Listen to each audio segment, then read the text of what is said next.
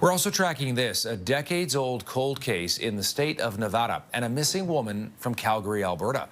Anna Sylvia Just was reported missing from Calgary back in 1966. Take a look at the photo, and was later reported missing from Nevada in 1968.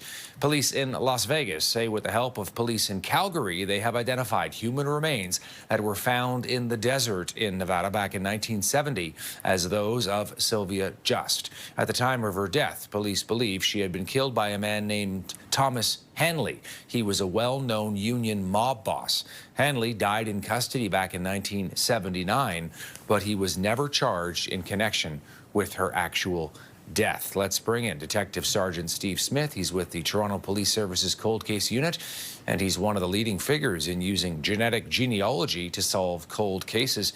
Great to see you, Steve. Thanks for taking the time for CTV News today. Oh, thanks for inviting me to speak. Yeah, what do you make of this story? Very interesting.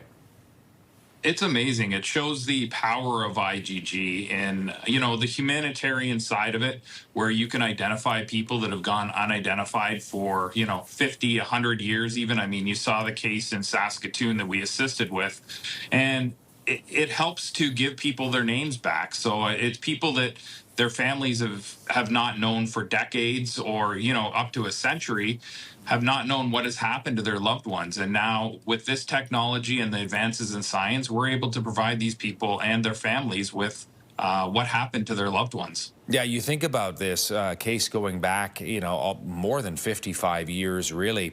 How do you think they were able to determine and make the connection, Steve, sort of in layman's terms? I know you deal with this sort of stuff pretty much all the time and you're familiar with it, but how you go about identifying that and the connections between, police in Vegas and police in Calgary and this woman, Sylvia Just, at the center of it all?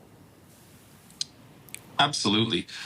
So they would have taken her DNA from the skeletal remains, and they would have uploaded it to the only two databases that allow police involvement, which would have been Family Tree DNA and or GEDmatch. From there, they would have built out family trees, and they would have went back centuries to find out her most recent common ancestors. From there, they would have built down to see where her family originated from and the area that she most likely would have came to Vegas from. After that, they would have contacted police in that area to find out if they had any missing females from that sort of time frame. And Calgary obviously would have looked that up, probably went and got some familial DNA, and they would have been able to make that match to say unequivocally that that is who she is. Yeah, well said. That's exactly what happened. I mean, they used DNA from a relative of Anna Sylvia Just in Alberta to identify the remains in Nevada.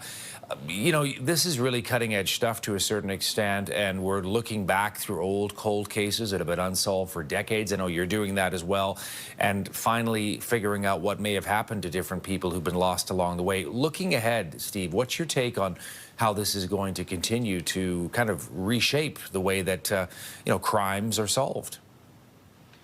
This is really the cutting edge of historical investigations. I mean, this is just the start. We're lucky here in Ontario because the Ontario Solicitor General's office has funded us over the course of 4 years with money to do genetic genealogy. From there, we've been able to assist all the police services in Ontario that wanted to undertake genetic genealogy for any of their cases. It's allowed us to solve over 60 homicide, sexual assaults, and or unidentified human remains over the past 4 years, and we've still got about 40 or 50 cases plus 28 more that we're putting forward this year. And this is going to be the basis of how to solve historical cases. So anything with DNA now is a solvable case. Detective Sergeant Steve Smith joining us. He is with the Toronto Police Service's Cold Case Unit on this fascinating story, a cold case going back 57 years involving a woman from Calgary. We've now identified her remains connected to a body that was found in the Las Vegas area. Steve, thanks for taking the time. Great to see you. Thank you. I appreciate it.